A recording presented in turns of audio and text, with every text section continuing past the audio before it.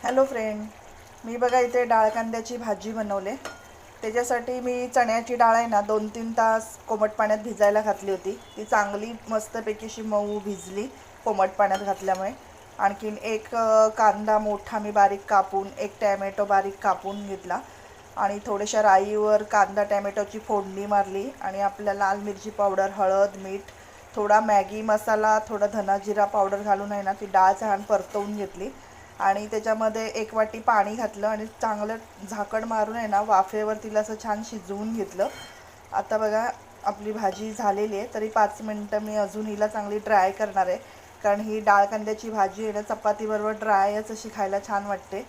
तर मी हिला थोडी अजून सुकी अशी करणार आहे, फार भन्नाट अशी होते थोडासा मॅगी मसाला वगैरे टाकून। तुमच्याकडे अशी करतात का? नसाल करत नक्की एकदा ट्राय करून बघा, खूप म्हणजे खूपच भारी भन्नाट होते। थँक्यू।